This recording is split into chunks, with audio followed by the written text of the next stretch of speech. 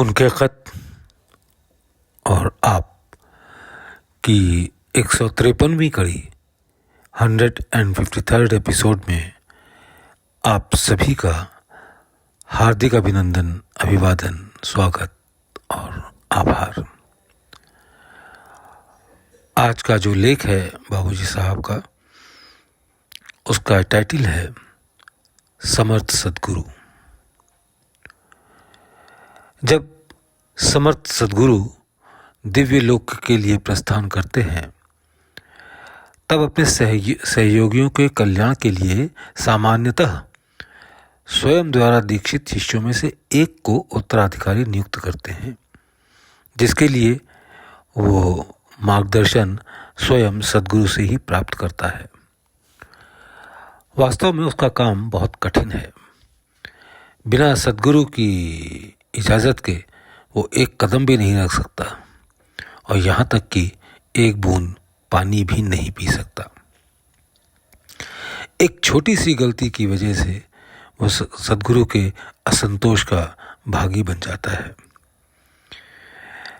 यह समझ सद्गुरु के लिए हमेशा संभव नहीं है कि अपने शारीरिक अस्तित्व के अंतिम क्षणों तक अपने उत्तराधिकारी का नामांकन कर सकें, और इसके अनेकों उदाहरण हैं और अधिक प्रमाण की आवश्यकता नहीं है। मैं समझता हूँ जो कुछ मैंने ऊपर कहा है काफ़ी है।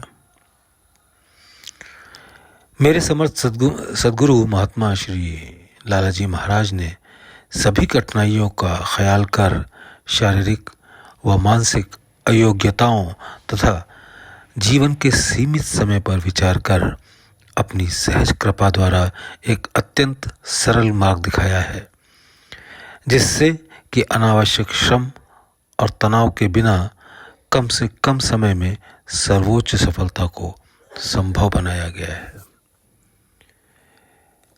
मेरे समर्थ सद्गुरु सरीखे व्यक्तियों का जन्म आकस्मिक नहीं है।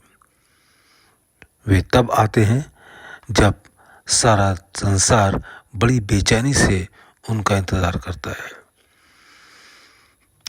ऐसे महान व्यक्तित्व या अवतार समय की आवश्यकता के अनुसार साधना की विधि और क्रिया में सुधार के लिए भौतिक रूप से अवतरित होते हैं। यही बात भगवान कृष्ण के बारे में थी, जो कि अपने समय के महापुरुष थे। मेरे समर्थ सद्गुरु ने भी वर्तमान समय की आवश्यकता के अनुरूप पद्धति को सुधार कर समयोजित किया है।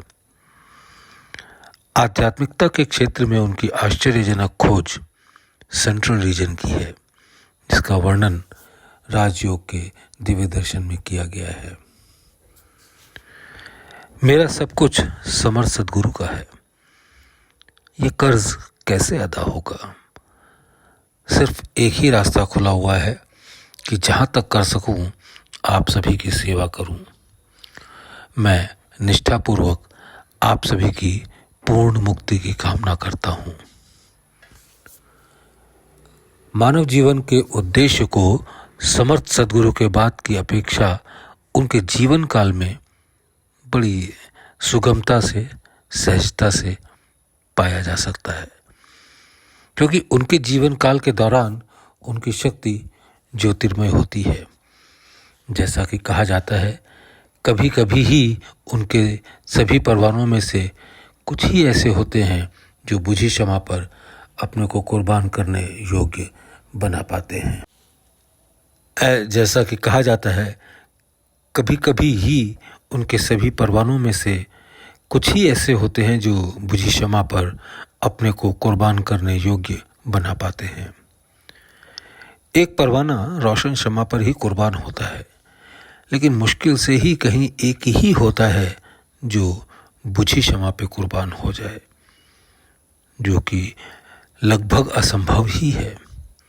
यकीनन इसमें कुछ अपवाद हो सकते हैं, लेकिन सचमुच में ऐसे बहुत कम हैं। इसलिए इसका सिर्फ यही हल होगा कि या तो उस स्तर तक पहुंचा जाए जहां बुझी हुई क्षमा पे भी कुर्बान होना मुमकिन हो और कुर्बानी की जा सके, या फिर उस उच्च पद को प्राप्त करो जहां पर कुर्बान होने का सवाल ही पैदा ना हो। मगर ये ईश्वर की कृपा और खुद की साहसी कोशिशों पर निर्भर है। मेरे सद्गुरु के जीवन काल के दौरान भक्तगण उन्हें चारों ओर से घेरे रहते थे, जैसे क्षमा के चारों ओर परवाने। ये इसीलिए था क्योंकि क्षमा जल रही थी। वे मार्ग पर प्रगति करते गए, लेकिन उनके बाद परिस्थितियां बदल गईं। उनमें से सिर्फ कुछ ही रह गए जो अपने को खुद आंतरिक आग से उस क्षमा पर जो बुझ गई थी जला सकते थे। ये उन्हीं के लिए मुमकिन था जिन्होंने अपने को रोशन रखने के लिए खुद में पर्याप्त रोशनी जमा कर ली थी और अपनी सारी सत्ता को ही खाक कर दिया था। ऐसे ही व्यक्ति की सभी नकल करें, जिससे कि बाद में अपने को जलाने के लिए उनमें उस आंतरिक गर्मी की कमी न रहे। समय आने पर स्वाभाविक रूप से दिलों पर प्रभाव डालने के लिए, अनंत में मौन में भी प्रेरणा देने के लिए मेरा हृदय आप सभी से यहाँ भी और वहाँ भी जुड़ा हुआ है। लेकिन यह प्रत्येक जीवित आत्मा के लिए जरूरी है कि परम पद पाने हेतु आध्यात्मिक मार्ग के लिए जाग उठें। ये मेरी मनोकामना है कि मेरे सत्संगियों को मुझसे भी आगे बढ़ना चाहिए, लेकिन ये बस कुछ उनके प्यार, परिश्रम और ईश्वर की कृपा पर निर्भर है। जब प्यार और परिश्रम हो तो कड़ी आगे जुड़ती है और फिर झंकार निश्चित रूप से सद्गुरु तक पहुंच सकेगी। वो जिसकी मुझे चिंता है ये है कि जो सद्गुरु से जुड़े हैं उनका हित हो और सद्गुरु का मिशन पूरा हो। मेरी पूरी जिंदगी की मेहनत और बेचैनी के बाद यदि किसी में रंच मात्र भी भक्ति का मादा है तो स्वाभाविक रूप से वही करने को प्रेरित होगा जिससे मुझे शांति और संतोष मिलना सुनिश्चित हो सके। यह साधक का मुख्य कर्तव्य है। अपने को पूरी तरह खो देने के बाद मैं चाहता हूं कि आप सब मुझे खोज निकालें। रामचंद्र।